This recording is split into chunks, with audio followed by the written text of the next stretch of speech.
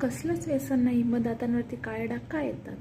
आमच्याकडे बरेच पेशंट येतात ज्यांच्या दातांवरती काळे डाग असतात. आमचे पेशंट्स तंबाखू खाता, गुटखा खाता, पान खाता. पेशंट सगळ्या गोष्टींना नाही नाही नाही. मग तुम्हाला कसलंही व्यसन नाही आहे, तुम्ही चहा कॉफी जास्त घेत नाही आहेत, मग तुमच्या दातांवरती काळे डाग पडण्याचे रिझन काय असतं? या फोटोत दाखवल्याप्रमाणे काही लोकांच्या दातांवरती काळे डाग येतात. मग त्यांचा क्वेश्चन की मी तर काहीच करत नाही, मग का बरं असं होत असेल? तर तुमच्या शरीरात होणाऱ्या काही हार्मोनल चेंजेसमुळे तुमच्या दातांवरती हे काळे डाग येऊ शकतात. किंवा मग तुम्हाला जर लोह कमी असेल आणि आयर्न सप्लिमेंट्सच्या टॅबलेट्स तुम्ही घेत असाल तरी पण हे काळे डाग येतात.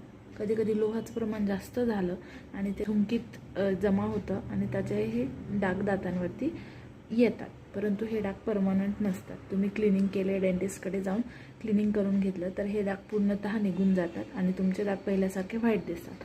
परंतु हे क्लिनिंग केल्यानंतर हे जर वारंवार काळे डाग येत असेल तर तुम्हाला एकदा तुमच्या ब्लड टेस्ट करणं गरजेचं आहे, ज्याच्यामध्ये तुम्हाला तुमच्या बाकीचे जे शरीरात होणारे बदल्स असतात ते लक्षात येतील आणि बाकीचं डायग्नोस होऊन जाईल. परंतु हे काळ्या डागांचं टेन्शन घेण्याची गरज नाही आहे, हे स्केलिंगने आरामात निघून जातं.